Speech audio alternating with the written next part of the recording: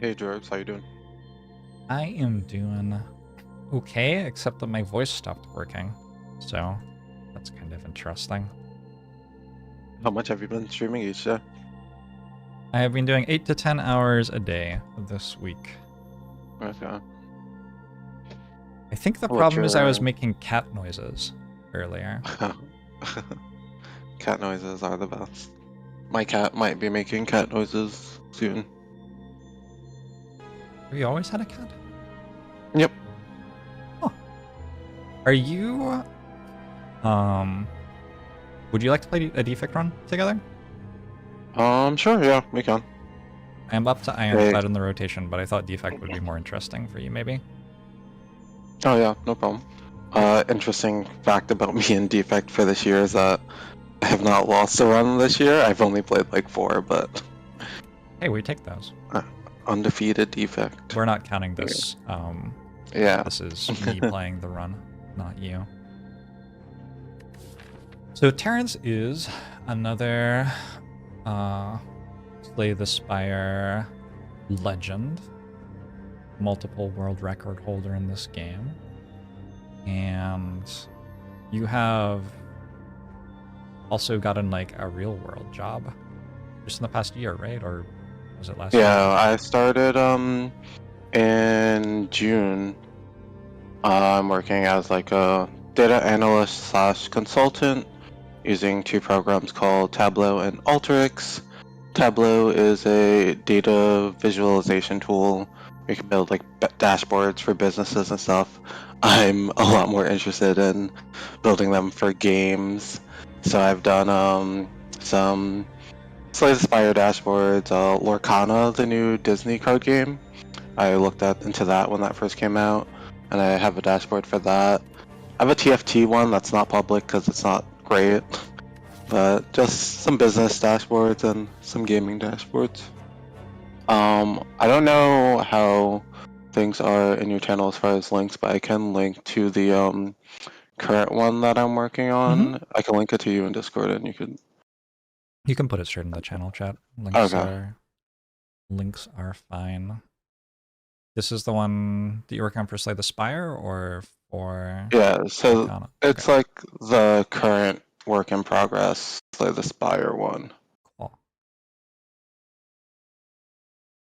It's not together at all, but if you look at my Tableau profile from that, there's a couple that are together, but that's just the current like work in progress.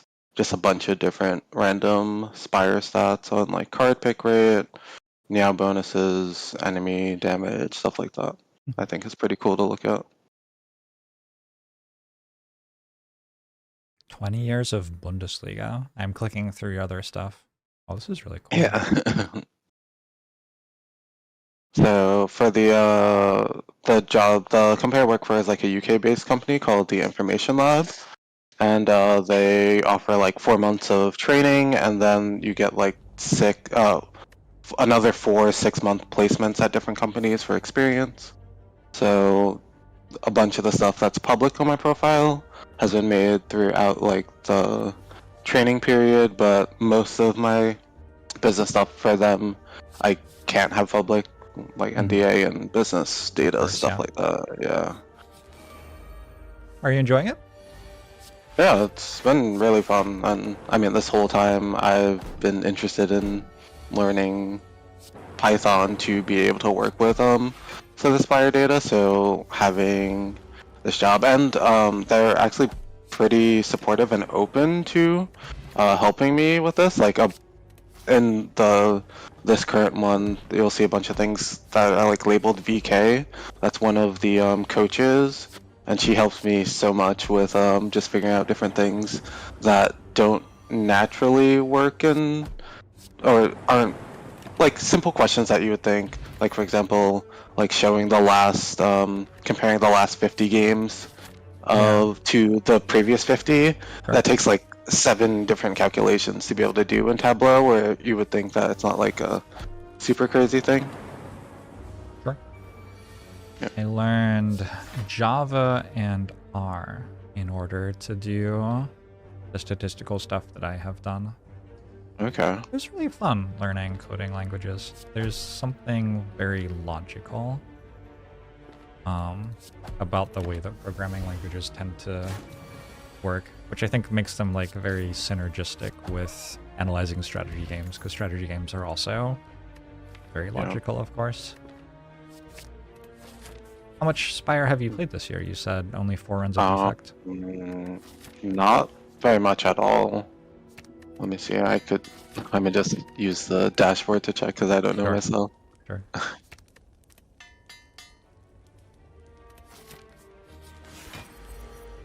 But I'd say probably like under 20.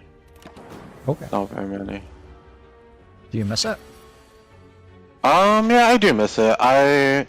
Throughout like the 4 months of training, I had expected to be able to play a bit more, but like I'm not really a morning person myself, so like waking up and like traveling into work at like 9 and getting back at like 6:30-ish. Yeah. I didn't have like the energy to play the like, I like to play like the 2 to 3 hour runs. So it's like doing that and other life stuff just didn't really fit. Sure. Have you still been gaming and just playing games that you can get in a shorter amount of time instead? You said Lorcana.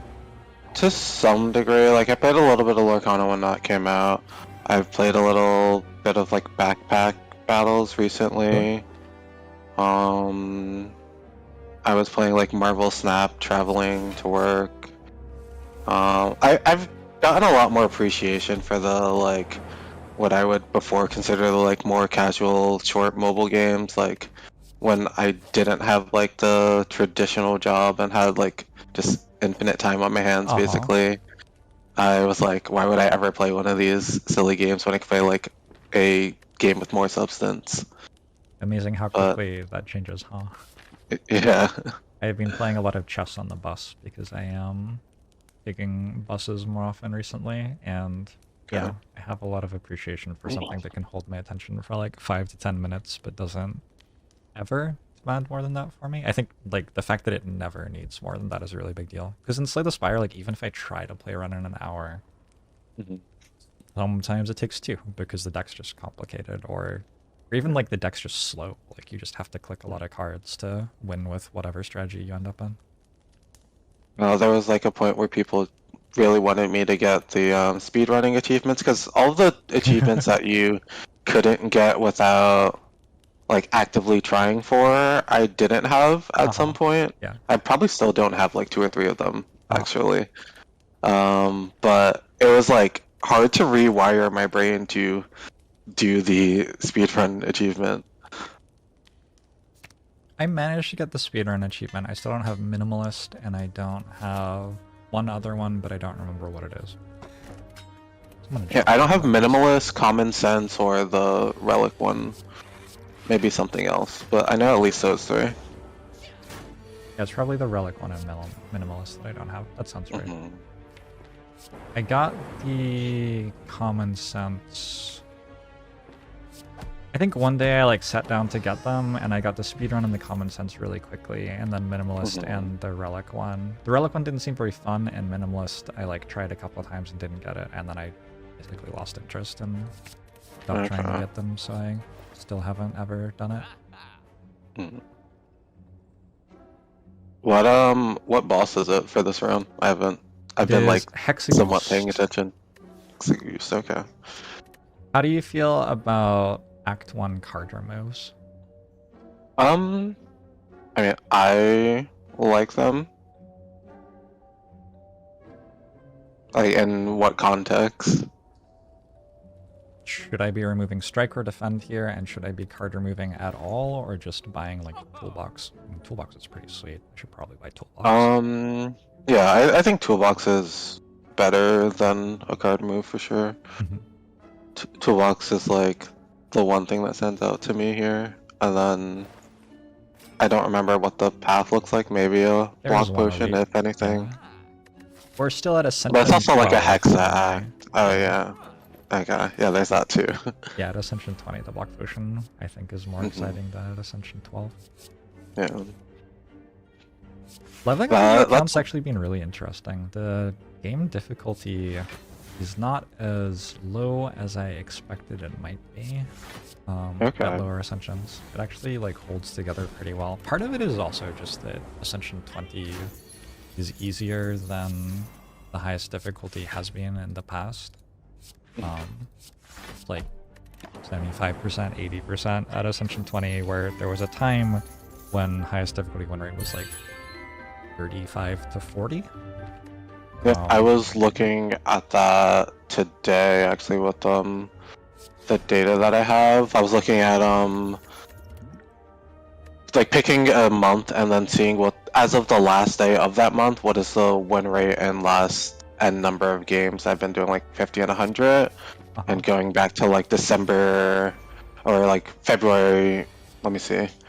Is this for me? Yeah, in March 2020, I had like a 24% win rate on Ironclad over 50 games. I don't remember what Ascension or whatever I was at, but just looking at the like growth from like the like 20-30% days to the it like leveling out at like 50 at some point, and then the like high 60s, low 70s is interesting. It is wild to me how much like small changes in game balance and small changes in understanding of the game can do in Slay the Spire. Yeah. I've been thinking about like one thing that I would be interested in seeing data on is how much you can predict whether the run is a win or a loss based on what like the first 3 relics are. Okay. Because it feels like a huge difference, and I don't know, like you could look at data for that theoretically. I would be really interested in seeing it. I always like when I get Mawbank, Ceramic Fish, Bottled Flame as my first 3 relics, I definitely don't feel happy. Actually, 8 months. Yeah, you definitely want those like thanks to the raid Bilbo. Sorry. Active relics to help you fight elites rather than long-term relics for your first few, for sure. Yeah.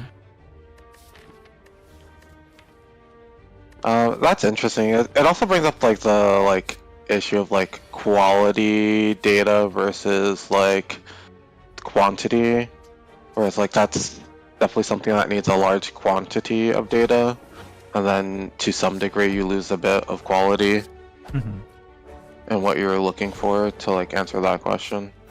Especially when you're looking at like 3 relics from 100 relics or however many there are. Yeah. You're not going to get the same 3 relics very often at all. You'd have to look at, like, for each relic, maybe, what was its win rate when it was in the first 3 relics of the run.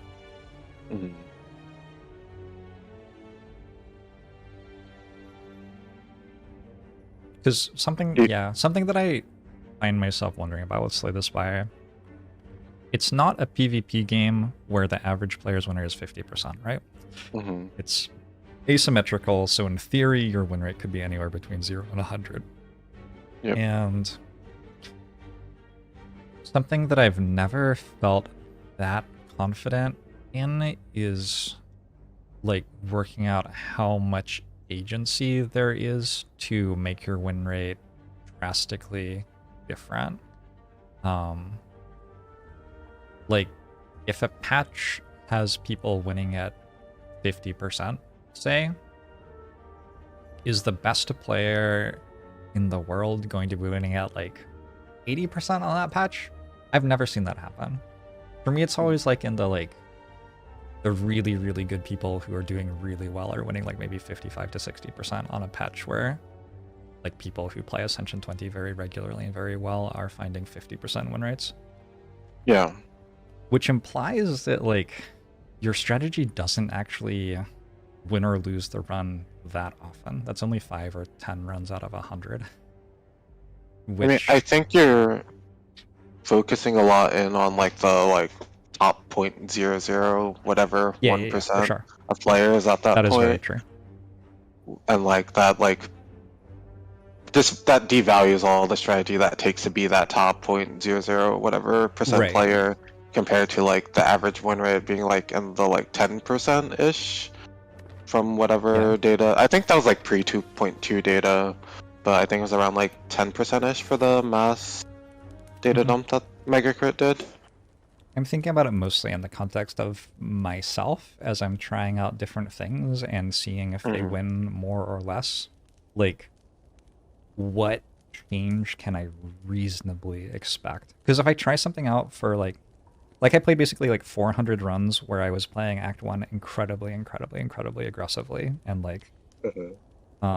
fighting more elites than I should be and card removing more often than I should be to try to set myself up for really strong late game combo deck sort of situations. And I Yeah. knew that I was making mistakes. Like, I knew that I was wrong, but I wanted to see how my late game strategy would change by doing that. Mhm. And what I found was that like my win rate kind of stayed kind of the same-ish. And Okay. like it just didn't actually change that much. Um, but like if I play 400 runs and the actual credit of the strategy change is like 2% difference in win rate, 400 runs is barely even enough to reliably detect 2% win rate, especially given that like on different plays and on different days I'm going to play at different qualities. Like Yeah. my changing as a player is going to probably be a larger effect than that change in strategy. Definitely. Like I mean, you've seen the clip where I like was like fighting Awaken One for like a half hour and then forgot to block once I uh I have. Yeah. Yeah. I had some wild ones when I did more like monthly challenges. Like there was an Mhm. Act 4 elite fight where on turn 2 I had Apparition in the hand and just ended turn without playing it and died. Stuff like that. Yeah. It's a hard game. A very unforgiving game. Do you do the thing where you like plan out your turn in your head and then you're like, okay, I know what I'm gonna do, and then you just start clicking things and then you don't do everything that you had like planned out to do? Like I do that a lot. Every now and Like, then. If I really want to plan out a turn, I will write it down. Because I have a little mhm, tablet that I can write things on and they show up on screen. Which is mhm, really helpful for me. Because that's a habit that I've always had in gaming to like write stuff down, but I would always do it on a pen and paper when I like played poker and okay, stuff like that. And so mhm, in streaming, I wanted to be able to do it, but for me, opening up a spreadsheet, it's like my thoughts weren't coming out properly or something. mhm. It's kind of hard to describe, um, but it didn't quite feel right.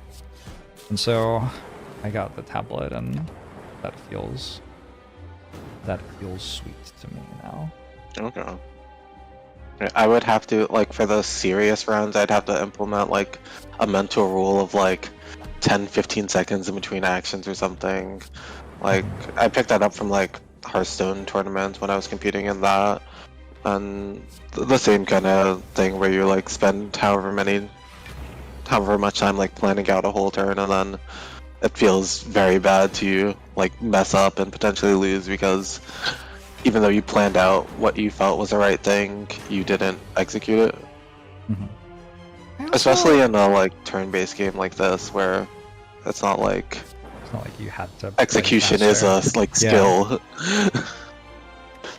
I increasingly just don't care that much if I lose. It's just kind of like Mhm, whatever.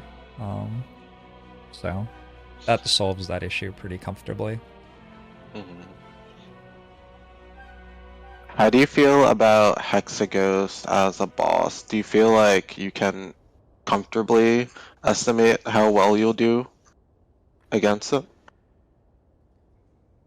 I feel like Hexaghost rewards counting things more than the other two bosses. Like against Hexaghost, I really count to see if I have that much damage in the amount of turns that I have reliably. Yeah. Whereas against like Guardian, there isn't such a set time limit, and against Slime Boss, there's so much variance from the slimes that you get. At least Ascension 20, you get 5. That I find it's like I can't cut corners as much against Slime Mhm. Boss. So against Slime Boss, I'm more solving it by like making sure that I have a fire potion, maybe, so that if I do get the Okay. bad variance, I can use a fire potion and win anyway. Um, Yeah. or I will massively over prepare against Slime Boss. But against Hexaghost, it very much feels like I just have to count, and there isn't usually that much variance in how much damage an Act 1 deck deals over the course of a Hexaghost fight before it dies. Like a little bit. Like when do I draw defragment? When do I draw doom and gloom? Do I hit dual cast on doom and gloom? Yeah. But it's like I, it's not that huge, and I have a gambler's brew. mhm. I always feel like Hexaghost is the one that like I can estimate reasonably well, but I don't feel completely confident in my estimation. I'm like, yeah, I'll use a like potion I might not have to use or something like that. More often in like Hexaghost than in Slime or Guardian. I do think a nice thing about Hexaghost potions is I feel like the potions against Hexaghost are usually a lot better against Hexaghost than anything else anyway. It's like Liquid Bronze or like Cultist Potion or like maybe a Strength Potion, but it doesn't feel that bad to use those to get through a boss fight. Because they Okay. aren't that big a deal against the start of Act 2. Mhm. Yeah, I don't know. Potions are weird. Potions are a very complicated mechanic. I know that I feel like there was a like I guess move of how to switch and how people felt about nuclear battery at some point this year, where I think when it first was introduced I was like, it's like okay, whatever, but it's such a good boss relic for defect. Yeah, I think it is incredibly, incredibly, incredibly good. I also think compile driver is maybe defect's best common, so that certainly influences Yes, the yeah. evaluation. I've thought that nuclear battery was very good in defect for quite a while though. I think Mhm. like for me, my defect journey was I really liked building scaling frost orb decks, and that was kind of like the synergy space that I settled into most comfortably. And Mhm. then Blur saw me doing that and like really took it to the next level. Like he was like saying things like all you need for damage is one doom and gloom kinds of things, which like Yeah. I think is a bit extreme.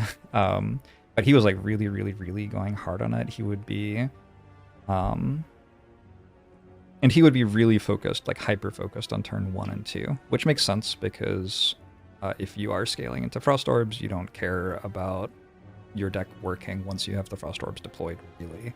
You just need to get them deployed. And so nuclear battery is really, really good at turn 1 and 2.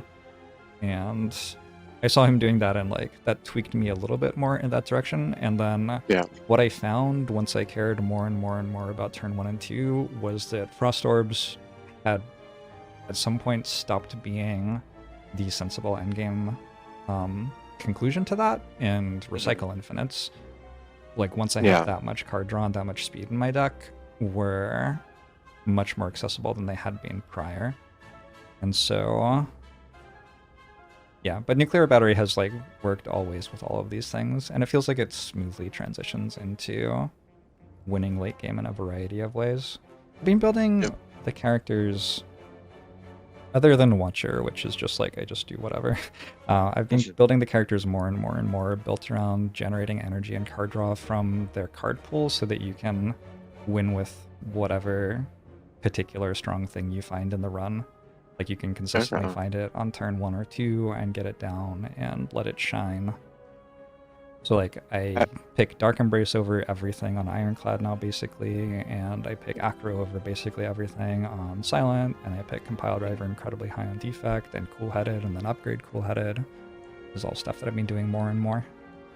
I think it would be really cool because like I am one of the people that's like I'm not really touching Acro on 3 energy, but just like comparing like the I guess damage curve for like your runs where you pick like your early Acros versus my runs, and then looking at like the late and early game, I guess like risk and like times where it may go poorly, times where it goes well, and Sure. like just the differences in between there. When I started doing that, I coupled it with like it kind of happened after I decided that Eviscerate and Sneaky Strike were very good, and was just kind of a logical conclusion from my observation that Eviscerate and Sneaky Strike were doing really, really, really well for me in my runs. And like once I noticed that, it was like, oh, well, like Sneaky Strike's a common. So it's not that hard to find one of those. And if you don't find a Sneaky Strike, you can still find like some sort of damage card which is worth drawing into. Like even a Blade Dance, you're not that unhappy to aggro into a Blade Dance. It deals the same amount of damage as 2 strikes and has a bunch of potential synergy with all sorts of things. Yeah. Yeah, and so once I started doing that, that was kind of like why aggro started feeling like a reasonable pick. It was as much about like that is the strategy that seems to be performing against the early elites as anything else. Makes sense. For whatever reason, I've been trying to remember, but I guess that is how Little Spire I've played. What's the relic that gives you a dark orb? Huh. Essence of Darkness? No, that's the potion. Yeah, that's the potion. I don't know its name either, and I've been playing a lot of Spire, so I don't know what that says about me. Symbiotic Virus. There you go. Yeah, symbiotic. Yeah, I've had, like, going back to, I thought about it when you said the thing about Blur mentioning that, like, one Doom and Gloom is all you need. I've had runs I felt were, like, maybe kind of slightly weak going into it, that were, like, everything up to the heart was, like, soloed by just one single symbiotic virus. Like, that relic is so ridiculously strong, just getting a free Dark Orb. Yeah, and it, like, Blur is very good at defect, and his observation that Doom and Gloom is enough to win wasn't like completely made up. It like is at least a little bit true.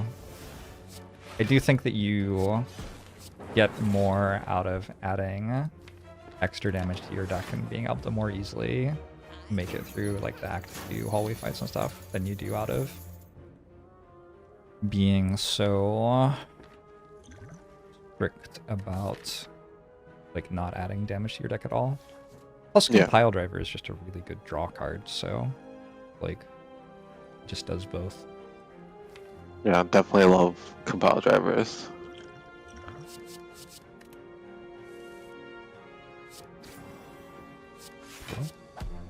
So that was wrong.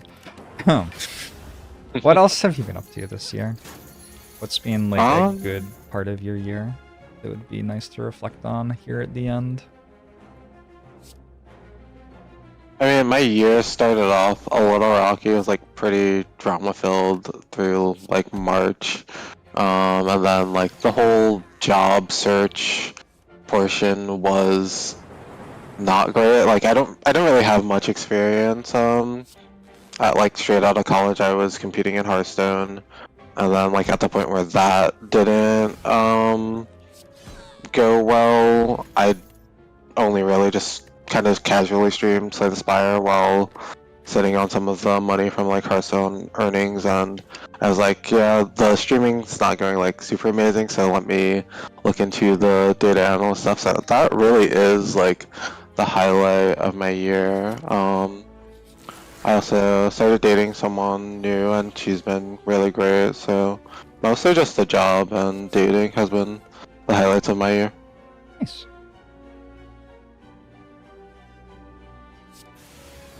Do you feel like you're in a better place now than at the start of the year? Oh yeah. Drama stuff? 100%. That's good. I definitely feel like I'm in a different place than I was at the start of the year, but I'm so like apprehensive about the human experience these days. Is the different place better? I don't know. Maybe I just think it is right now. Sometimes like something can be good for a while, and then you realize, like, gosh, this is exhausting me, or something like that. I've learned to be a bit more apprehensive. Mostly, though, I feel good. It's the holiday season. How was your Christmas? It was good. I streamed Christmas, but the day before, my family came over to my place. I'm like the person in my family who has a house capable of boosting people these days, which is kind of fun. So My brother is in charge of organizing things, and my mother is in charge of working out some sort of food for us all to eat, and I am in charge of hosting otherwise. And it's like a really nice share of responsibility, and we get to hang out and do stuff as a family, and it's cool. Nice. No complaints. This run does not have a compile driver and is about to die to elites, and it makes me miss compile driver. Do I have a compile driver? No. Really use a compile driver. And I guess we have a little bit of front load and horn, so can maybe survive a little bit while trying to figure that out. Too, yeah. Yeah. It's just like with battery, it's kind of hard to actually be excited about Glacier. I think I'm going to take it anyway. I don't think I get to take Recycle. I've been taking Recycle pretty high, but you only kind of get to if you get the card draw at the start. Okay. Slay the Spire is such a great game.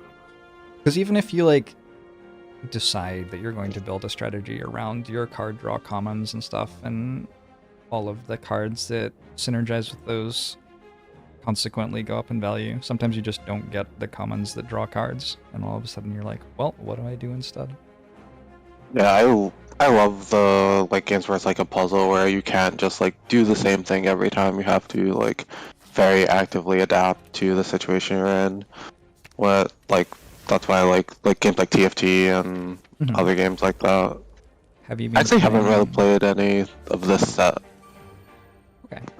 I have heard different things. I had Ramblin' and Asa and Rodan on talk about the sets yesterday? I think yesterday. And they seemed generally to like it. I think there's always like... TFT is, I think, hard for people who play it competitively because it is a game for casual enjoyment largely. And so... I found it hard to... Well, I mean, I guess I'm like in the middle, like for TFT. Like I myself would consider myself playing it casually, but the level that I want to play at, as far as like confidence in what I'm doing, isn't casual.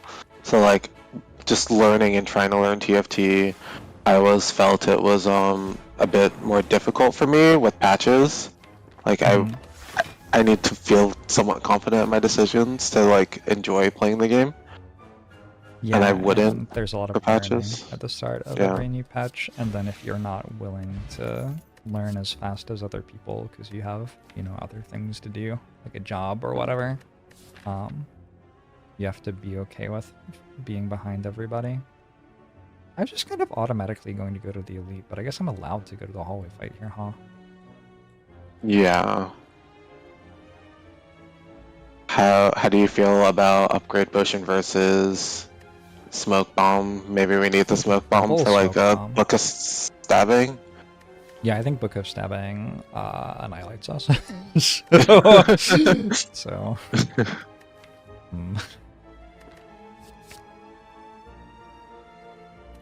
but we use Smoke Bomb against Gremlin Leader significantly less than like 25% of the time, I would say, and we use it against Slavers maybe like 30% of the time, like not that often. Okay, this one. Yeah, like... this one.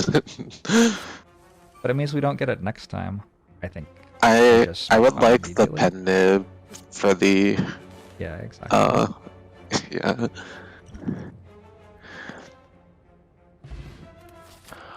Something for your chat with like the data analyst work that I want to be doing with Slay the Spire. Something I've been looking into is like just looking at the Slay the Spire Reddit and like filtering to like the question/help and just trying to see how many questions can be answered with Slay the Spire data. Because I feel like a lot of the questions that like players like me and you might have are like very circumstantial, where it's like even if we do have a little bit of data, the answer will like always be it depends. But for like someone that's trying to like improve and like climb ascensions and things like that, having data from players like us is something that you can kind of just like follow until you like learn the game to a better degree for yourself. So just any general questions that anyone in chat may have that they think could be answered with Slay the Spire data would be very helpful for me, and I'll just take some notes of things that any of you guys put in chat. Yeah. I asked you about the relics thing, but maybe that's too specific. Yeah, the 3 relics thing would be like more machine learning and be a lot like longer for me to implement than other questions. I'm also gonna link in chat a kind of like planning out of a dashboard that I was gonna do for Spire, where I just write down a bunch of things, and maybe me and you can go through this another time and kind of just write down questions that you'd want for the one that would be like just your data. Sure. Yes, Terrence is going to put together something for my runs this year. It's going to be sweet.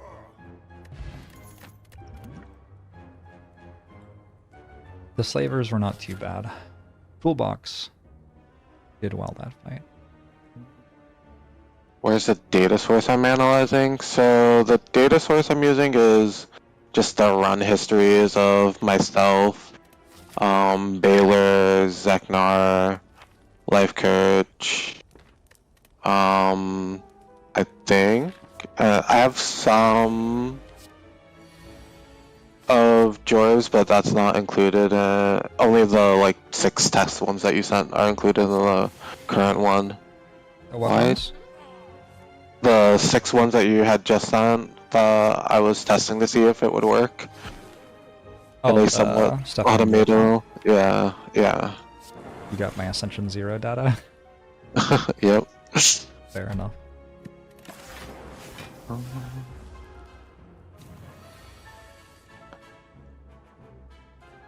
Oh yeah, I'm not using Python recently. I did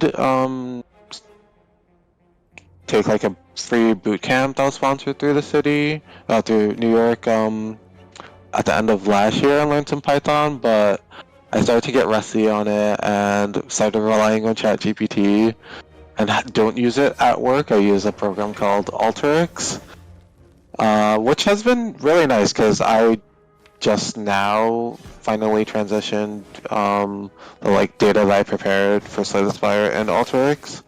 I've done it in every program that I've learned so far.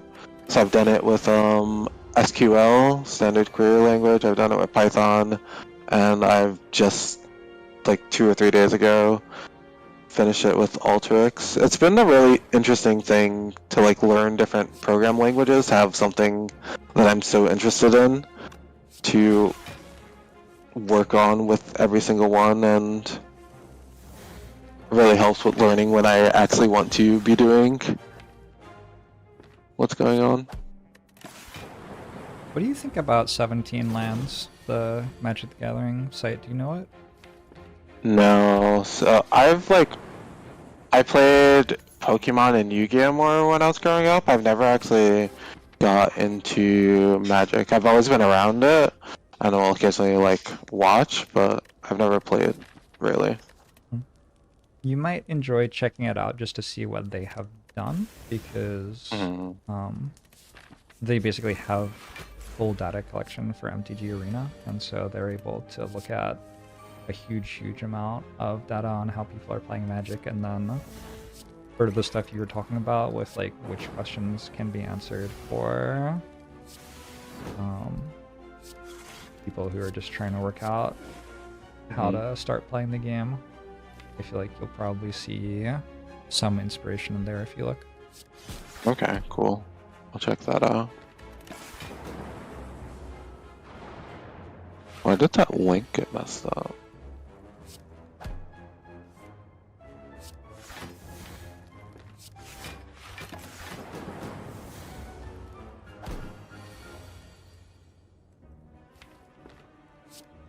I bet you could just ask DC and Anthony to have a bunch of Spire data. You need high-level player data, though? Most of what I've been working on is high-level player data, just as I'm getting things ready, but once I have everything looking the way I want to look at it. Like having a smaller data set for now is a lot more helpful than a huge one. Just to know when things are wrong. Mhm. I feel like they could probably hook you up with some data. I know that there is like the big Slay the Spire dump, which is formatted in a different way than the regular run history. I think they're like all just like mashed together, and the way that I knew how to parse the data didn't work with that, so I had given up on that at some point. But Where I'll ask is them. that? I want to look at that. That It's sounds pinned fun. in the it's pinned in the Slay the Spire Discord. Oh, cool. I don't know that there is something like that public. Sweet. Maybe I'll look at that sometime. I think most of it is pre 2.2, but still interesting somewhat to look at. Yeah.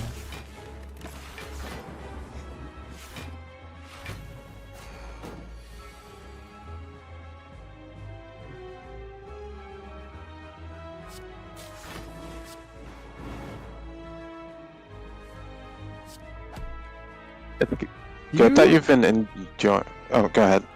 I wanted to hear what you were gonna say. I was gonna say anything really. So I have a Switch that I bought Slay the Spire on, but the whole starting over thing, like, I sometimes find playing the lower ascensions a little bit boring, like, especially on the runs where you get, like, the 5 apparitions and you turn your brain off. Yeah, 5 apparitions is rough. So, significantly too many apparitions. So it's good that you can enjoy still playing these lower level rounds even with how much time you have played in the game. I think Ascension 0 and Ascension 1 are like pretty terrible. But after that, the game actually starts to hold together okay pretty quickly, in my opinion. Okay. The apparitions are definitely a problem. And like, yeah, it's easier than high Ascension for sure. But like, Hexaghost can still kill you, and you still have awkward decks which don't fit together very well. Like, a lot of the reason that low Ascension can feel very easy, in my opinion, is that you can be very... You don't get punished, basically, for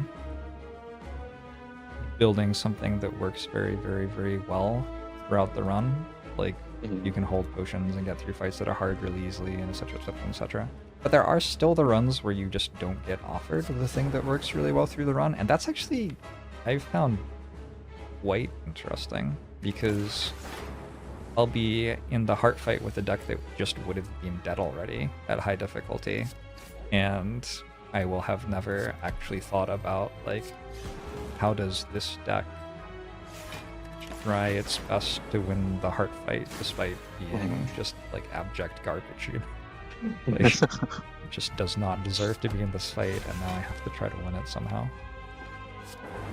So that's actually been really fun. Okay. What are some highlights for you outside of streaming for this year? I also started dating someone, Mm. which has been really nice. I have settled into the home that I bought last year. I published my book to, like... I did see that. I also was lurking earlier, and I think you said you were getting your first paycheck for that soon? Yeah, next week. I'll actually Nice. get paid. It's Exciting. I mean, that was never really the purpose of writing it. Yeah. But, you know, it is kind of novel. What else? Had some good trips. I spent more time away from streaming, and while streaming I spent more time away from Slay the Spire, which was nice to have a bit more variety in my life. I've generally been trying to look for things that I'm missing which are obvious to other people.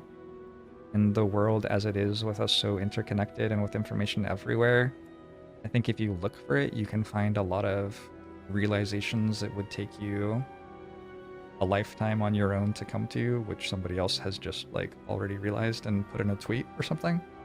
Mhm. And so I've been trying to do that a bit more and incorporate some things that I'm learning into my life. It's like growing as a person. Mhm. The pandemic made me reassess whether I was good at being me. Because it showed me that, like, it showed me what I was like in a very different environment, I guess. Like, I was very comfortable Mhm. with who I was in the world that I knew, and then the pandemic happened and everything was different, and I realized, like, oh, I, like, have some stuff to do with, like, motivation and setting boundaries for myself and stuff like that, which I had been coasting on because my environment had let me. And so Mhm. I'm trying to be a little bit more deliberate in how I live my life now. Nice.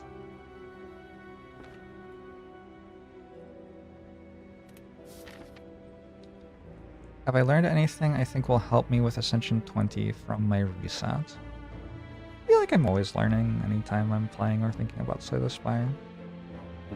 I honestly, this week, have not been paying that much attention to runs. It's more about chatting with people. So we'll see if I even remember what happened this week at the end of it. But it's been a good time. One thing that I've noticed about like growth in the Spire is that it seems like it happens around like the same time for people. Like that point where me, you, and Baylor were all like at the rotating streak together, and I feel like sometimes streaks like happen in groupings. Isn't that just It's pretty word for interesting. word how humans see patterns that aren't actually there though? Yeah. Like word for word. it happened to happen that time, and probably doesn't mean anything, but I think it's a lot more fun to read into it than to not, that and is just true. be like, That is true. yeah, whatever.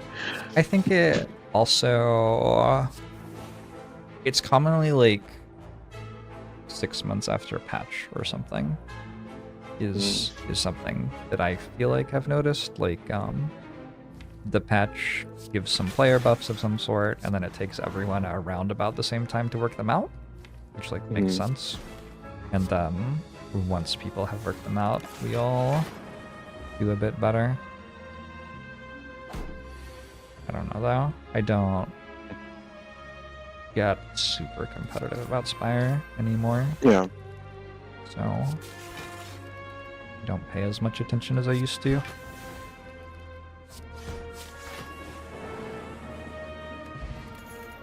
What are you looking forward to next year? So I'm currently working with like a insurance company as far as the like my first 6-month placement on the job, so I am looking forward to moving away from that. Not gonna get too much into the details of that, but I'm going on like a family cruise at some point in the next coming year. Right when COVID was happening, I was supposed to be going on another cruise, and that ended up getting canceled, of course. So I'm pretty excited to have a cruise coming up. Cool. Have you gone on a family cruise before? Is that like a common family thing for you? Not like. I don't. I guess I don't know how common cruise. Like, what would you consider like common cruise? Like, yeah, I've gone like twice on family cruises. Like Yeah, I every also don't know couple what years. common means, Yeah. to be honest. Very subjective. I'm not actually sure where you are. You're in the States, right? Do you get bad Yeah. winters? I'm in New York. It does get pretty cold, but it hasn't like snowed or anything. It's not too bad. Okay. But it is very cold. I have found that it improves my life greatly to get out of Seattle at least once through the winter, so I have an LA trip planned next week, actually. Okay, nice. There's no way with Terrence on call that I'm not waiting for genetic algorithm to double and double play it here. Just, there's no way. I'm gonna press end turn for a really long time. It can be overlooked for lower ascension runs. No. There's a right play and a wrong play, Terrence, and we're gonna make the right one. Yeah.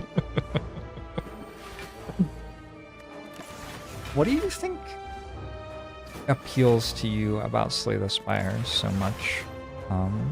That have you ever like gotten really into Monster Train or any of the other games that have tried to be kind of like the next thing in the Slay the Spire spirit?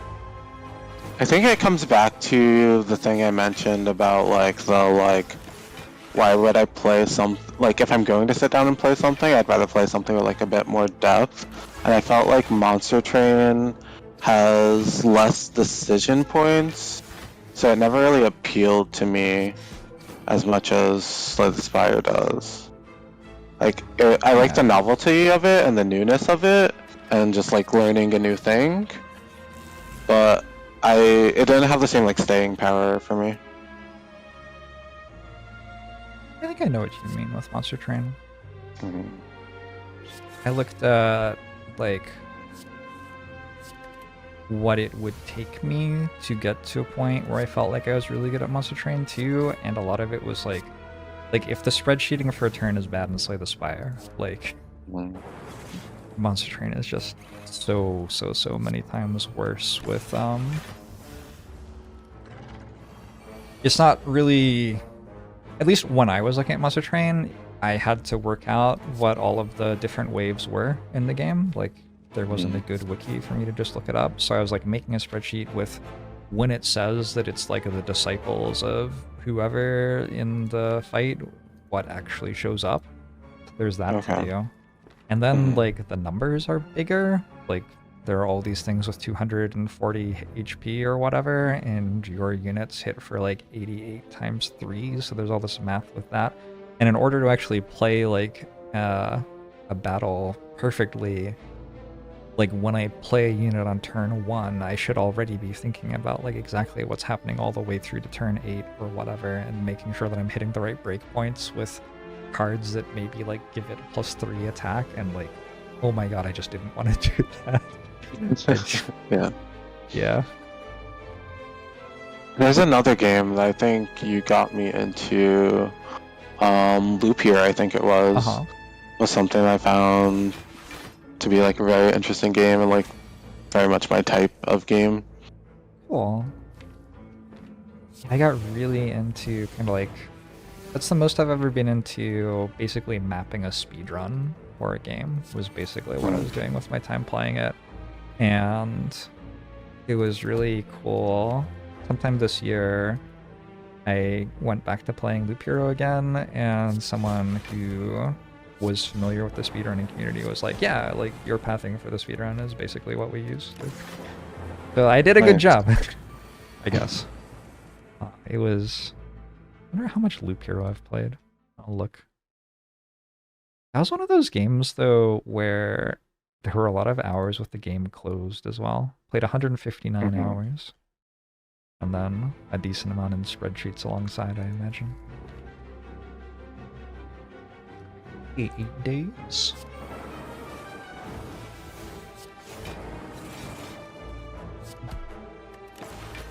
What did you like about Loop Hero? How did it... It is a very different play experience from Spire, I feel like. Yeah. It was interesting that both of us liked it a lot, to me. I mean, I like the strategy and just decision-making aspect of it, but I think it's hard for me to grasp in a similar way that TFT is. Like, I understand card games very well, but I don't understand like the armor damage, like that kind of math. The like that in TFT I don't understand at all. Yeah. when I was going super hard on Loop Hero, they introduced a function that lets you speed up the game in-game. I believe I'd been using Cheat Engine to speed it up, and then they added it in-game. And if you clicked on the button, it would change the speed of walking around the loop differently from how it changed the speed inside fights, which didn't respect the speed at which you were regenning. So clicking on it actually like changed all the math. Like it was just a giant buggy mess. Yeah, that was kind of frustrating after spending a not insignificant amount of time trying to understand what was going on. I'm gonna take a Blizzard Plus. Welcome to a Blizzard. I love Blizzard Plus. Oh yeah? Oh god. I hate that event.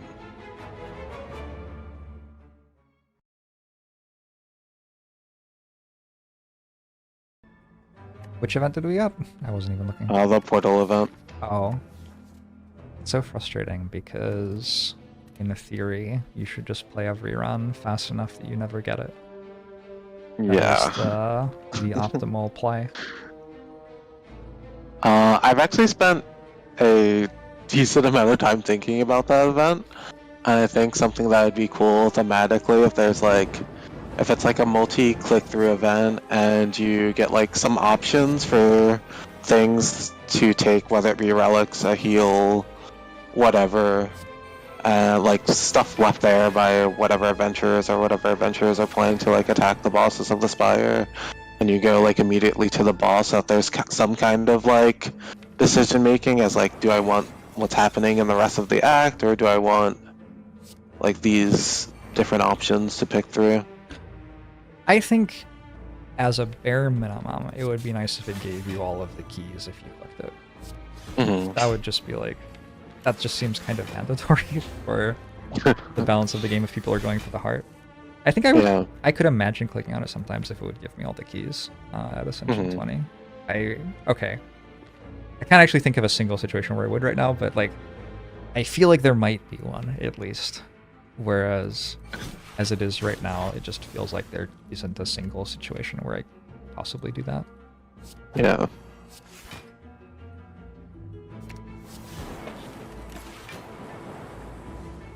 I have an emote for it just because of how much I don't like that event.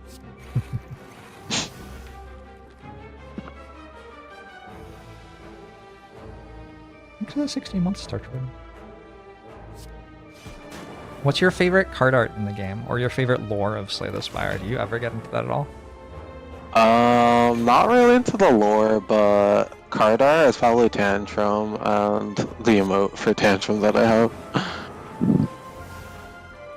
I'm not playing Watcher, I can't see the Tantrum part. Oh, You like the beta art or the original art? The beta art.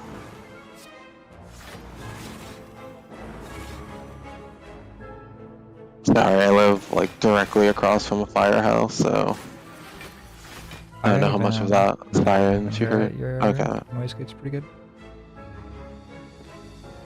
I actually don't really have any of that stuff set up. Like, right now this is from like the work computer. Okay. Well, maybe just Discord sound filtering or something. Yeah, it was not bad at all.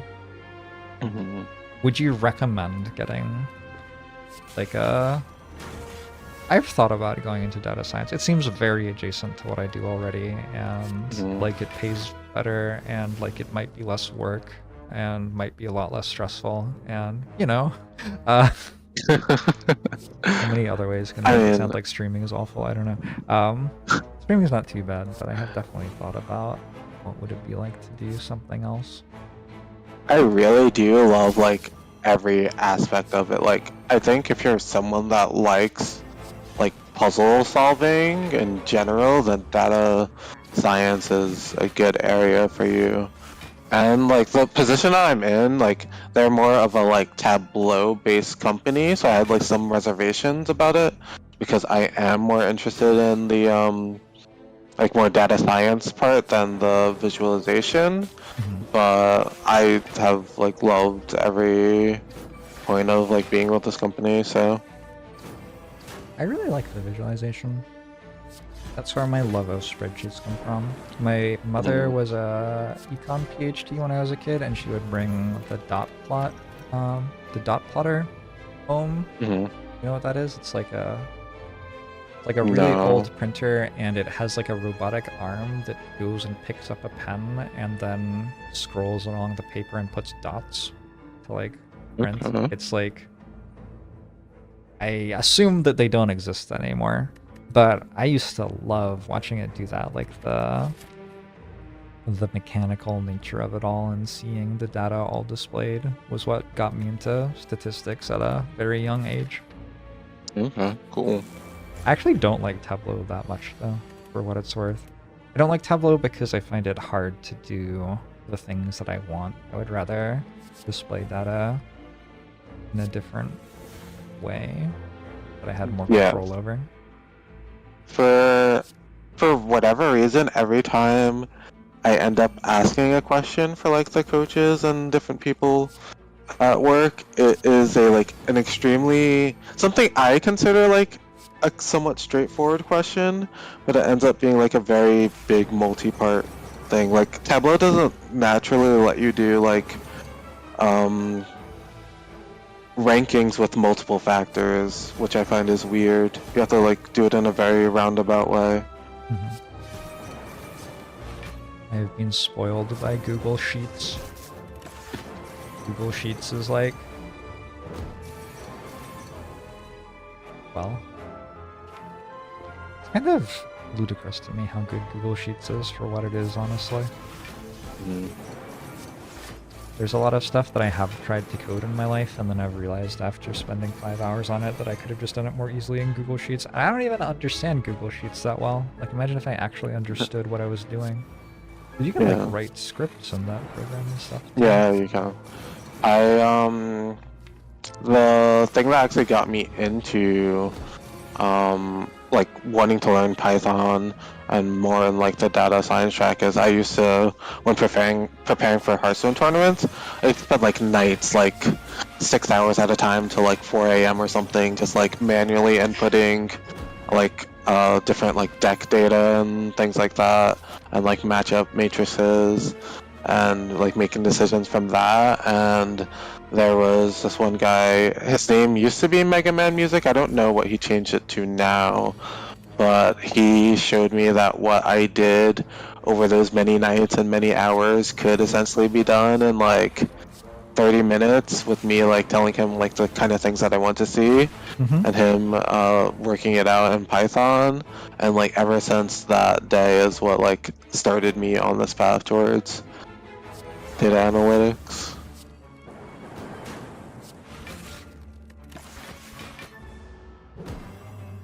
Yeah. My problem with that is that I'm not a very good coder. I don't know, I do it.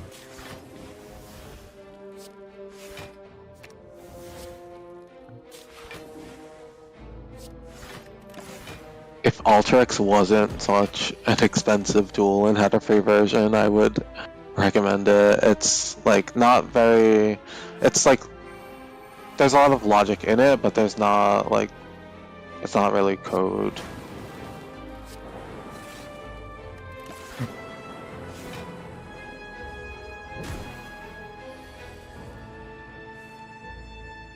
It's like kind of like block-based coding where you like drag things on the screen and you like work out whatever logic that thing will be doing. Did I show you the silly Minesweeper game? I was looking at it a little bit earlier. Yeah, I wonder if you would. And I immediately made a note for it. Yeah, it seems.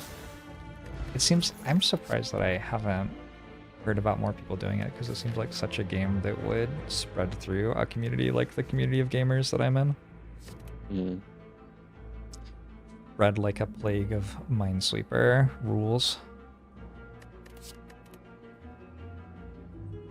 With potion. I guess I don't attack things. Do I attack things? I don't.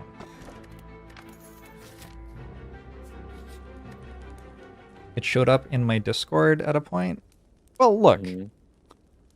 Not all of us read our Discords. That's okay.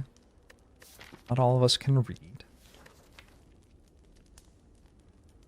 Do you have any particular goals in gaming, or do you feel like... Well, how does gaming fit into your life, really, now that you're... Are you still staying up super late poring over something and it's just changed what it is and now it's like a work document? Was that a behavior you enjoyed, or was it like just because you were playing Hearthstone tournaments and felt like you had to do it to succeed? It's a behavior that is just like I like overthink things. So like through like Hearthstone tournaments, like if I like made like whatever mistakes I noticed, like they would just like play in my head and I would not be able to sleep.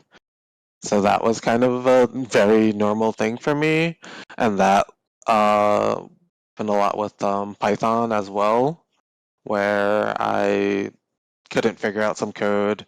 I would think about it all night, and then I'd wake up the next day. I'm like, oh, like I think like over 60% of the code I did while in my boot camp, as far as Python and my personal projects, was immediately after waking up, which That's is kind of interesting. cool. Your brain's processing things overnight. Yeah. Huh. I have like intrusive thoughts as I'm lying awake in bed at night about like some sort of game that I'm playing pretty regularly. Like especially when I was playing Brotato earlier this year. Did you play Brotato at all? I didn't get into it. Like it's kind of the same thing with TFT, where I don't really get that into games that I don't feel confident in what I'm doing and Sure. don't have a great resource to learn. Yeah. Like, but yeah, Potato was interesting. I would lie awake in bed and think something like, wait a second, if you increase your attack speed, you have more overkill because you're shooting more bullets at an enemy which is already going to die to the bullets that had already been shot. And then I would get up and I would spend 4 hours coding like something that appropriately decreased the DPS of weapons to compensate for their attack speed based overkill. And then I would fall asleep and sleep like a baby. And then I just like stopped playing the game. But I had fun. You know what? I had fun. So that's fine. For games like that, I feel I have to be there to start from the very, very beginning to not feel that way. Like I feel like if I played TFT from the very beginning, I wouldn't feel that way.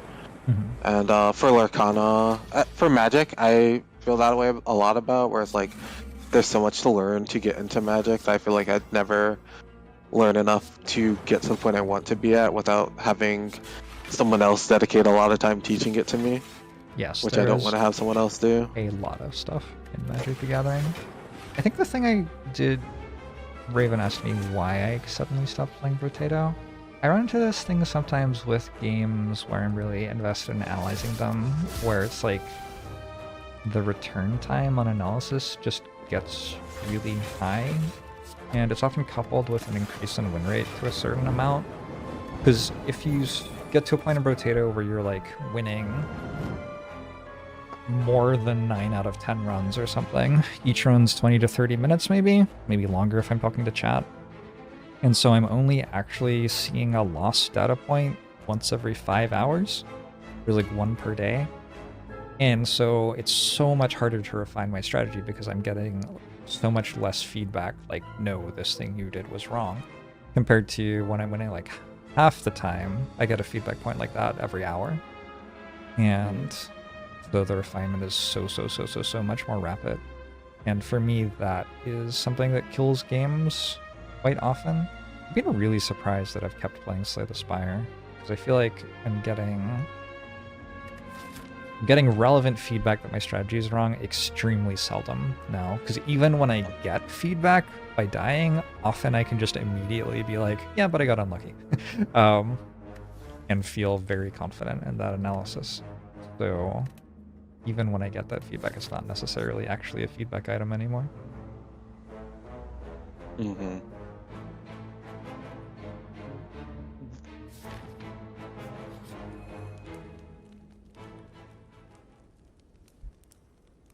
Yeah, it's weird because like the feedback in Slay the Spire can be like it can be a one-time thing or it can be a common thing, and it's not easy to tell, especially with how much hours in the game we have. Mm-hmm.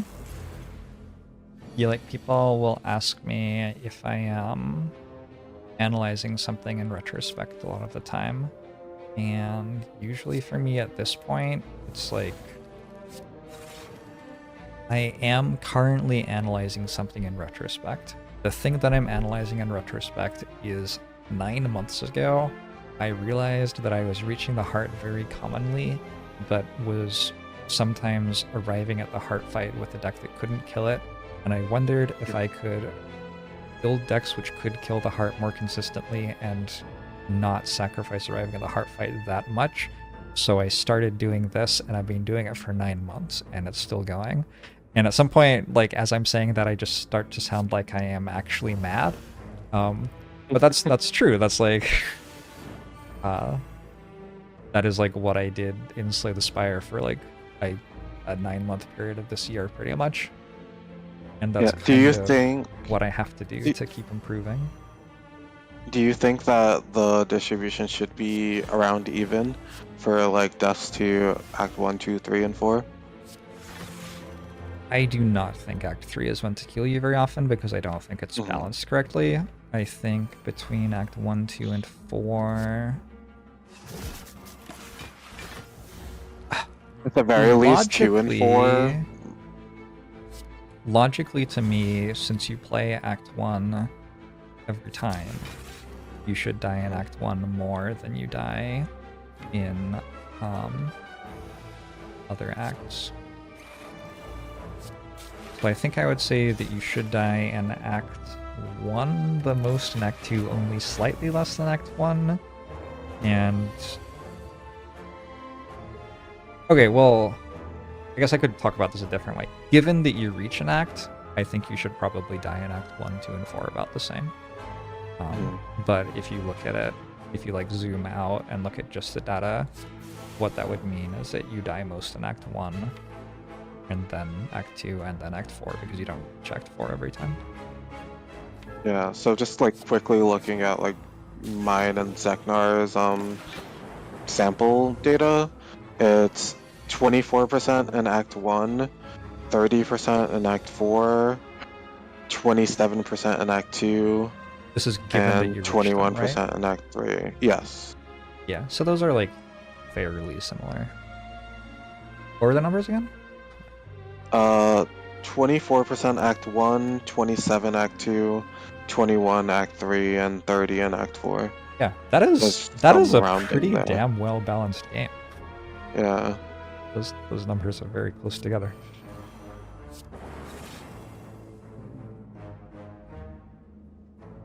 Way to go, Casey and Anthony. Damn. I'm surprised that it's that close. I would have guessed that it was a little bit more in Act 2 and a little bit less in Act 4, but I think that might be because I play differently from the two of you.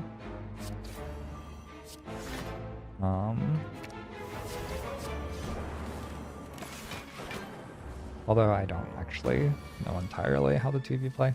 I've been very deliberately trying to build decks that can beat Act 4. Yeah.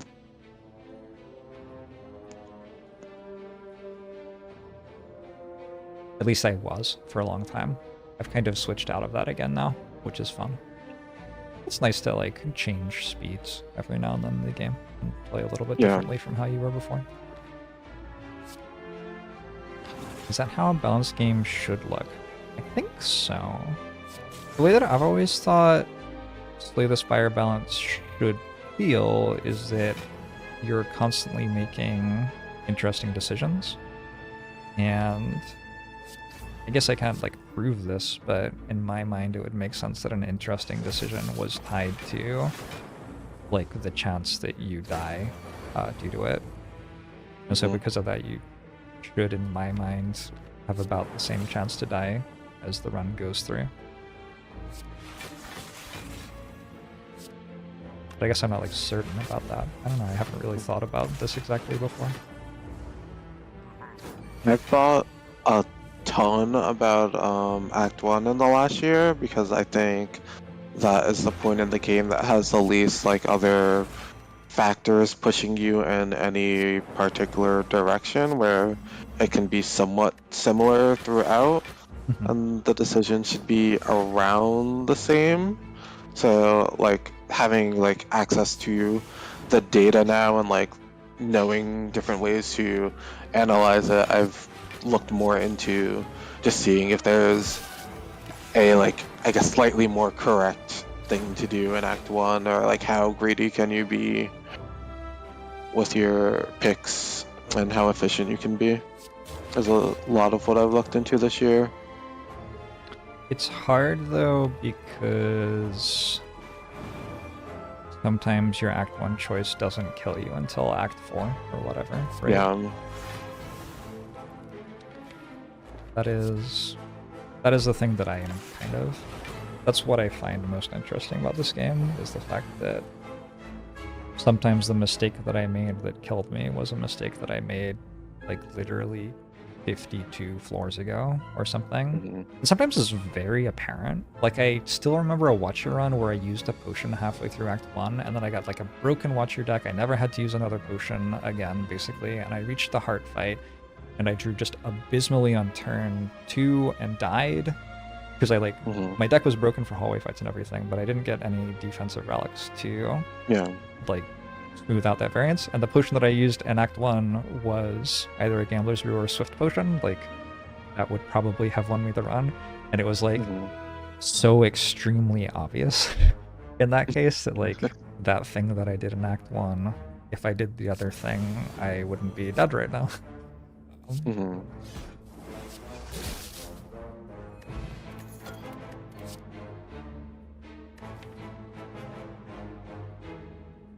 It's really interesting how important Act 4 is for the game at the level we are at now, compared to thinking about like the game was still like interesting before Act 4.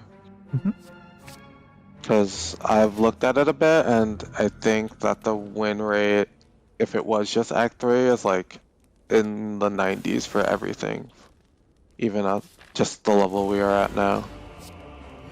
Yeah, I 100% believe that. Do you think I should take magnetism here? What do you think about magnetism? I like magnetism. Let's do it. I hate early magnetism. What do you think about rare colorless now bonus? I feel like it's a coin flip that either makes my run very easy or feels like I didn't get a whale bonus, and I kind of hate it because of that. Like, without any commentary on whether it's good or not, just like feels like a coin flip. I think I hate it on every character that's not silent. Silent can use panache a bit better. What else? It's like panache, sadistic nature. Oh yeah, sadistic nature, sure. Some other things that I can't remember Makes sense. because I haven't played in so long. Yeah. That makes sense. Like, there are things that are a hit besides Hand of Greed and Apotheosis. I like Master Strategy. That's the main thing. Yeah.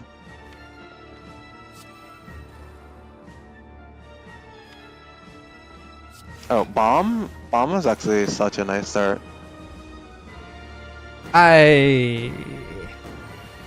It falls off very hard, but it's so good for Act 1, if you have like enough elites to justify it. I don't know, Terrence. I don't think I'm a bomb convert yet. This is looking a little scary. I mean, we have a full potion belt. I'm not thinking about that much, but just looking at the current turn. Yeah, it's not a good turn. It hasn't been a great start. I don't really know what to do.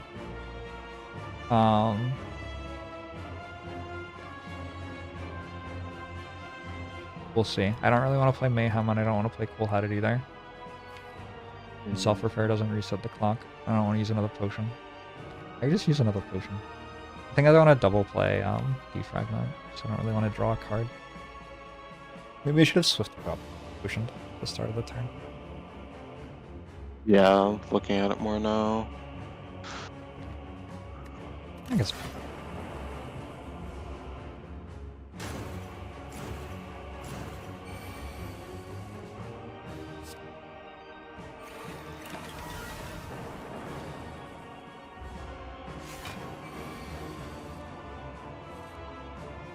Did you consider the ancient pot? We can top potions. Did I just win now? Didn't I just win? It's over, right? Yeah.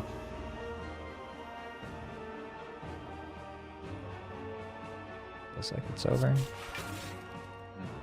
Not sure how to win from here. Also, magnetism is making me a lot of copies of Flash of Steel and Deep Breath, which don't seem like the best card against Time Eater. That's okay. Magnetism's trying his hardest. I should have played Go for the Eyes. One thing about playing runs of Slay the Spire while talking to somebody else and sleeping 4 hours a night that I have noticed is that my level of play is perhaps not at its highest. That's okay. Do you have to, like, function on 4 nights of sleep because you have, like, a real job? Like, I just don't stream if I have an awful night of sleep, usually.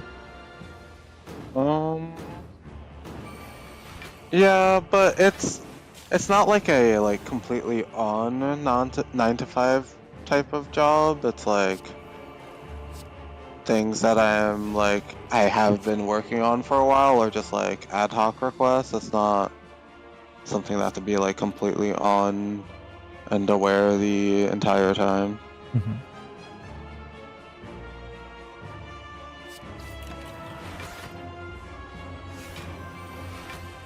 My girlfriend has a real job, and I just don't understand how it can possibly work. Like, what if... Like, she's responsible for things, like, in the real world. Mm-hmm. What if she sleeps badly, and then she, like, has to be responsible for things in the real world? Seems impossible. This fight's wild. It's not going very well. At least this is the only boss fight. There's not another one. I don't think I should have played Mayhem. Although... How much does Blizzard deal? We don't know. It's one of the worst things about Slay the Spire. They really should tell you what Blizzard dealt. Mm-hmm. How do you feel about like quality of life changes like within games? Like, do you feel like that's something that should be like prioritized? Absolutely. You mean like modding quality of life changes, or yeah, like that the idea that like some or a majority of like some of the modding quality of life choices should be in the main game. I think that stuff isn't in the main game is mostly just that it's really hard to update now because of localization. Yeah, I mean, I don't expect them to update anything at this point. I do think it would be awesome. But just as like a theory in general. Yeah. Or... I think they did a really good job with the interface as is. I think Slay the Spire has probably the best interface of any strategy game that I've played. But there's always room to improve UI and UX, and there have been some decent mods that do that since the game stopped updating, and yeah, I think using them is great. I think it's like... The only reason that I ever didn't was that my viewers are going to be looking at something they're not used to, which means, like, for my viewer base, it isn't actually an improvement in quality of life, it's actually kind of a downgrade, because now they don't quite understand what all the buttons on the screen mean. But yeah, that's very specific to being a streamer. It doesn't really apply to most people's Slay the Spire gaming. Yeah, to some degree, a lot of the like quality of life choices that like can sometimes be, I guess, slightly controversial, I guess, like the potion chant stuff. Like, I feel like that is very useful for viewers where, like, I don't have to constantly answer the question when I'm, like, making decisions what my potion chance is. That's, like, something they can see even if they're not tracking and, like, make decisions all at the same time kind of thing. Yeah, that makes sense. I really like the mod that lets viewers like see my deck and stuff like that. I think quality of life improvements for my viewers are rad. I'm all about that, 100%. We did it. We beat the timing. Surge, thanks so much for the raid. You know Surge, Terrence? I think you would love Surge, don't. but I also think everybody would love Surge. You're doing well, Surge.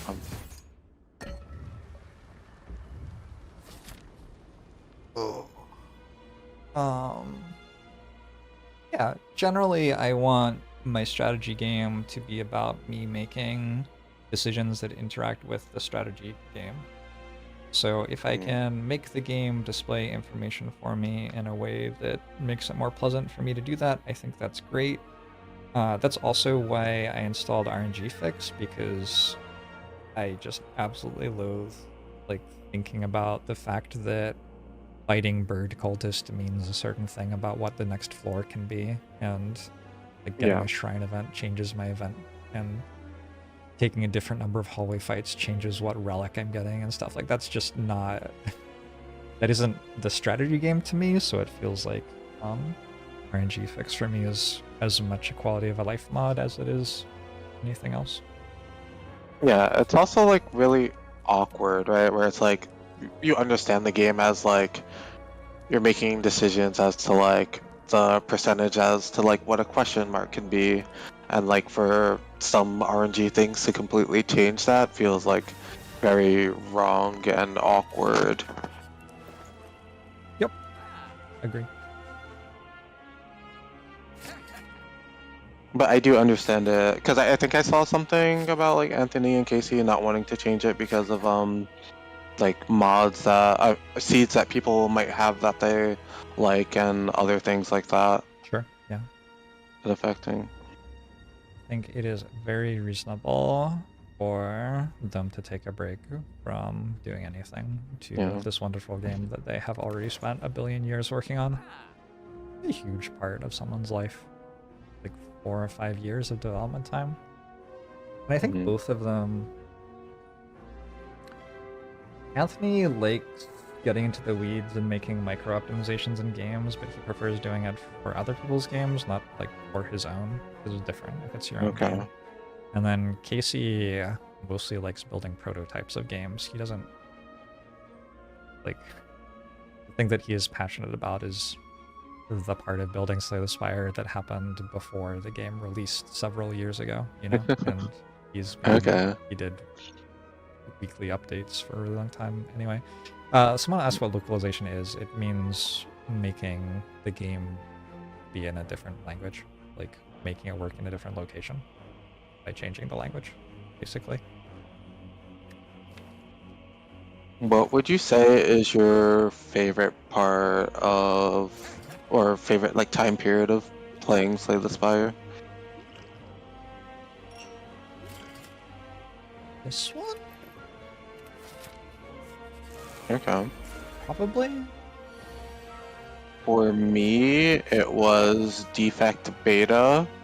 Just that like constant, like something new every week, I think was the best part of Slay the Spire for me.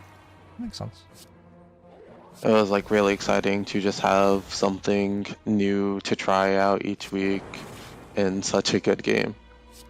Yeah, for sure. I think for me, I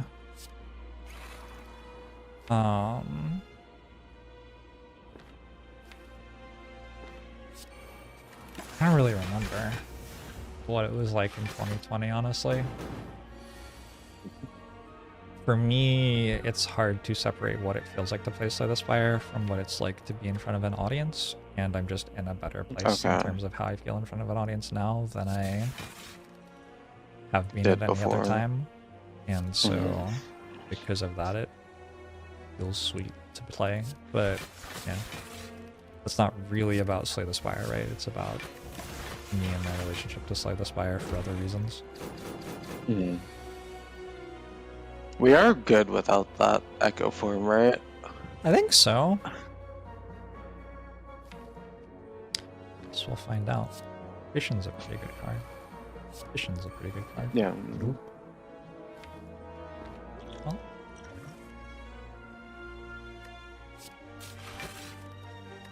Great.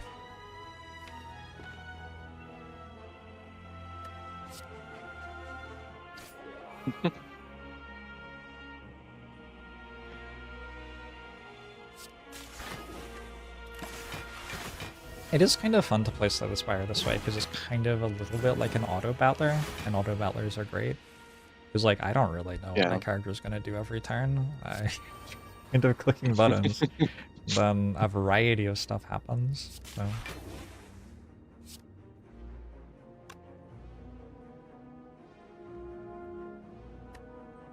I'm not playing Vision. Okay, cool, fine.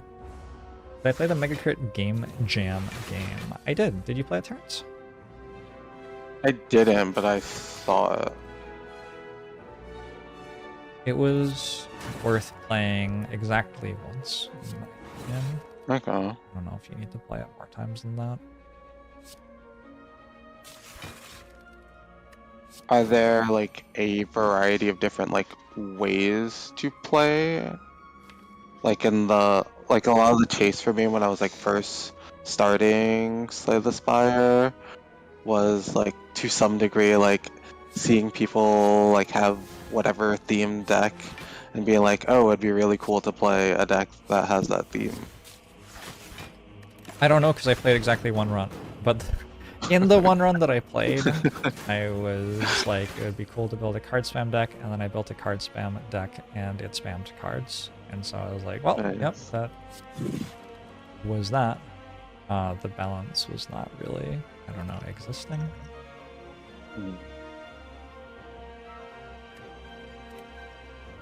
That's making me remember there was a game that I was sponsored to play. I think I went infinite in my first game of playing it. Uh-huh. And did it end after you went infinite, or did it keep going? It's a very, I think it's, I'm looking through my Steam library. It might be Deepest Chamber. It's a, like, very Slay the Spire-esque game. But I was able to make it infinite. Thing in Deepest Chamber. Oh, okay. I'm pretty sure. It's like a little bit awkward.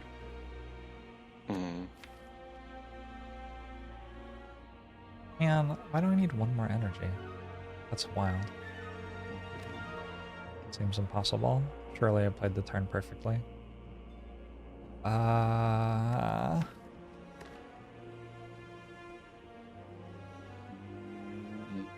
don't really feel like doing the math. Oh, for, like, the chance? Yeah. 40... No, for how much damage? Do I have lethal on this? I think I do. Oh, I need 40, isn't it 72 30... and then you just need one? I have 72? I was thinking double blizzard. Oh. Hey, you're right. Really.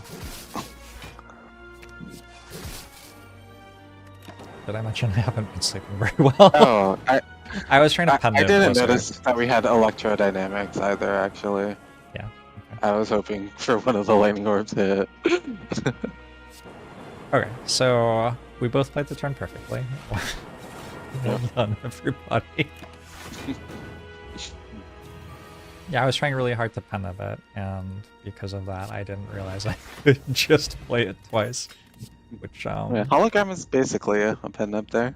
Yeah, pretty much.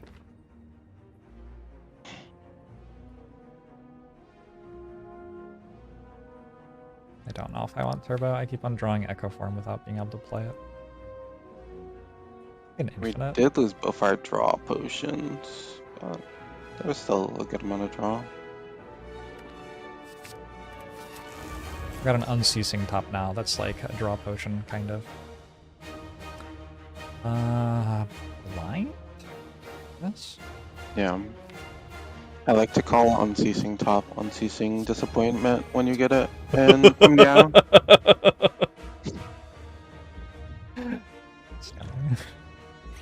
Alright, turn 1 Echo Form means we win. I don't know if I'm going to play defend. The beat of death's only 1, so I think I just take 3 probably. Yeah, it's a reboot. Stuff. Or these. That's scary.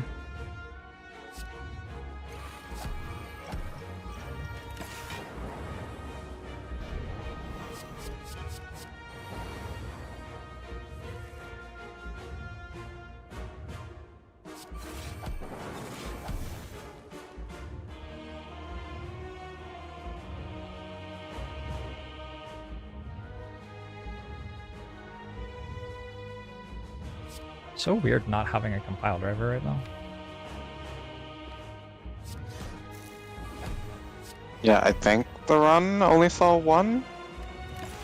Remember when it was? I just know that someone in chat said that it was skipped at some point. I saw somebody saying that too, but I don't remember when it was, so I mean they're probably right. I wasn't paying enough attention, so I guess I trust them. Yeah, if there was one. I guess I also wasn't. Some point in Act 2 probably. Double loop is great. Blind again for later. I'm pretty sure that was correct. Hey, on your night.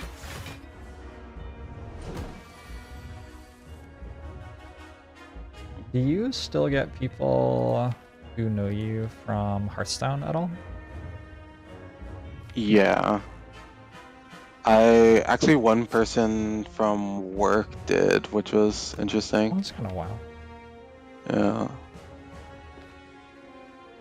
Oh, another thing about like how it works is that every either 2 or 4 months they hire 8 people at a time. So like you're in training with 7 other people learning, which is pretty cool. Mm-hmm.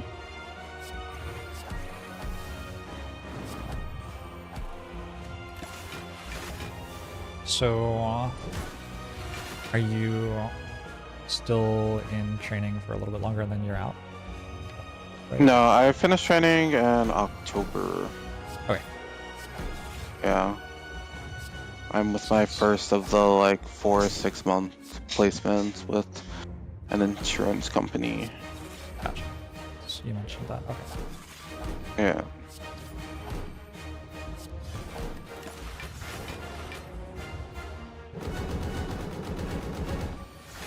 It's really interesting because I'm working with like the accounting department for them, and that is what I studied in college. I ended up liking statistics a lot more, but it is funny that I'm now back with working in accounting.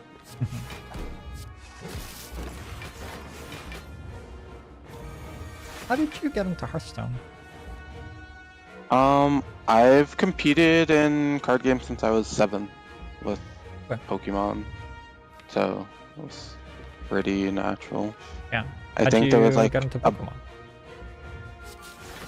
I don't know. I think just being a kid when Pokemon came out, I started playing the card game, and I think I'm just naturally very competitive, and I have asthma, so I couldn't really be competitive at the level I want to be in sports. Sure. So I think card games was just like card and strategy games was just the natural thing for me.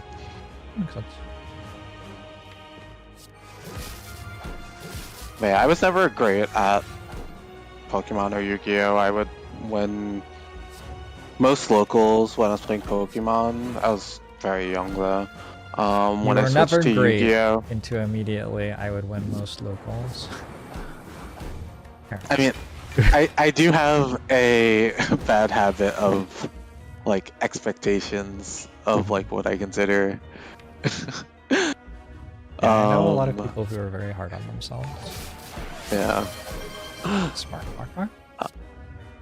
For Yu-Gi-Oh! It was like very much still like regional and like day twoing national level and nothing farther than that. But like Hearthstone was like the first big jump as to like actually being very good at the game.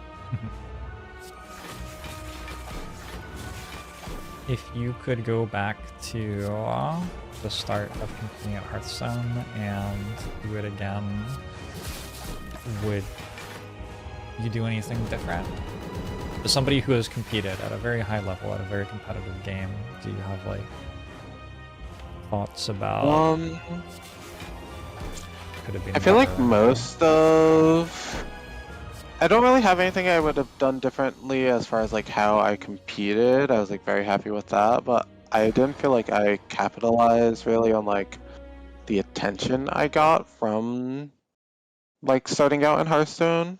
Mhm. I like had a very like bad laptop at the time, and like when I tried to stream, my mic. I mean, my mic has been terrible. I most of my time streaming. Like I'm not great with setting all that stuff up, but yeah, I feel like I didn't really capitalize that much on like the initial attention I got within Hearthstone. It was more of like a business and like streaming kind of thing that I would have done differently as far as Hearthstone. Sure, you were kind of wrapped up in the moment of competing at the game and not thinking about like what can I do with this for later in my life, kind of. Is that a fair way Yeah, to frame that? yeah, exactly. So like once I was at the point in Hearthstone where like my sponsor fell through because of like some other like weird things on their end, it was like kind of hard to continue, especially once I stopped at the end of 2019. Especially with COVID happening as well and not being able to compete in like in-person tournaments, it kind of fell off for me. Sure. That's something I think about a lot with streaming. It's like, I don't think Twitch is necessarily going to be around forever. I don't think YouTube's going to be around forever. And I don't know. It took me like 2 years after poker to decide I wanted to be a streamer. Like I just spent 2, maybe even 3 years, like just sort of wandering, like trying lots of different things because I just genuinely didn't know. And I feel like I found streaming almost by accident, and it's been awesome for me, and I have enjoyed it. But if I stop streaming, I still kind of feel like I would need to wander for a while to work out what to do next. Mm-hmm. And I have tried to do things If you, outside of Twitch and even YouTube with my streaming stuff to try to give myself avenues. Like I published a book, for example, but also just like reaching out to lots of different people and making lots of friends and asking other people what they do to succeed at whatever it is that they are passionate about. Trying to learn as much as I can. But if say for example you had to do something like a year or two down the line from now and like Twitch was gone tomorrow, what do you think it would be? So like the immediate comfortable answer for me would be teaching. But Okay. I don't know that I would enjoy that even a tiny bit. I think the reason that I say that is that it connects very easily to the things that I'm most passionate about in streaming. Like I really like simplifying complicated things for my audience and helping them understand how they work and also understand why I'm passionate about them. And I could see myself feeling that way teaching statistics, for example, or a variety of other things. But yeah, then there's the reality of the career, you know? Like, I don't know if I would love dealing with high schoolers or whatever. Yeah. So it would be an interesting discovery process. There's a lot of transitioning teachers in data analytics that I've seen that all say they do not want to go back to teaching at all in their job application process. So that's one thing. Yeah, that does not surprise me at all. I think that that happens to teachers a lot. I have friends who have been teachers and are not teachers because of the work conditions. And so, yeah, I get that. I wonder if there's something else to do with the same energy, though, somewhere. I don't know. I could see myself being a data guy at a big company. I wouldn't hate it. I would actually enjoy like having clear goals outlined to me by my boss, and then I just do something in a spreadsheet or coding for 8 hours, and then I go home. I feel like that could be a vibe. I would also really enjoy that. Yeah. I did study stats. It's not so common, unfortunately. Yep. Yeah. Yeah, hard to get. They're also like, it is true that there are only so many jobs that I would enjoy doing in the world, and maybe I won't be able to find one, but that doesn't have to mean that my life sucks. Like, I can still, assuming that I stopped streaming for some reason, I would still be able to, you know, go to work 40 hours a week, and then I have all the rest of my life to do the things that I enjoy more in. I've always kind of felt like that would be fine. As long as my job doesn't cause me physical discomfort. I think that streaming gives you a very strong mental fortitude, very large amount of mental fortitude. So I feel like I could handle a job that was like not so great and soldier through it during the week and then live my life the rest of the time. Yeah. All right, Terrence, I'm curious if you have any closing thoughts about the question I've been asking people is if someone could take one thing away from what you do in the world, what would you like people to take away? Like, what's the most important lesson that you think your place in the world teaches you that other people could benefit from? It's a hard question. I feel like I don't know the answer for like where I am at now in life, but I feel like back when I was streaming more and like during the Hearthstone days, like there was a lot of drama when I first kind of like started to get attention, and I kind of wanted to use whatever attention that I did get from that to kind of try and make space so that that doesn't really happen to people as much, or like advocate towards that. And that's something that I thought a lot about. So it's kind of just that, I guess, where it's like other people can see like someone like me doing things that they like, doing something like this where it's gaming, whether it be gaming or in data, and kind of like somewhat make that path seem more reasonable to other people like me.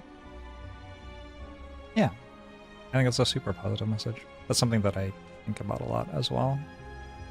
How do I build a community full of strategy gamers who don't do the bad strategy gamer things and do the good strategy gamer things? Because I think you and I both know how strategy gaming can bring out some like toxic community elements. Yeah. And can also bring out some really, really positive like coming together. And yeah, I think you can, if you have an analytical mind and you understand how to look at the world and see the way things interact, you can choose to use that to learn and better yourself and help others. And you can also choose to use that to like defend yourself and your ego and convince yourself that you're right and other people are wrong. And the first one is very productive, and the second one is just really not. And trying to encourage people to get away from the latter and spend more time in the former is something that I try really hard to think how to do.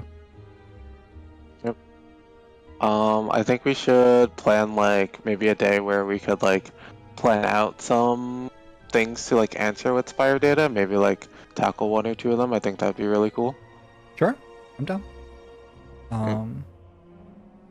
Yes, shoot me a message and I will look at scheduling after stream. How long would you need to prepare? Do we do it next week? Yeah, next week would be fine for me. Next week should be okay. Very the only thing is I'm away chill. on the weekend and you might not be as open on weekdays. Yeah, I'm working from home as of right now, so weekday after 5:30. Okay. So that's like 2 for you, right? Yeah, I could make that work. Yeah. Okay. Cool. All right. Yeah, shoot you a Talk to message. you again Thanks, soon. this was fun. Yeah. Fun catching up. Thanks for hanging out.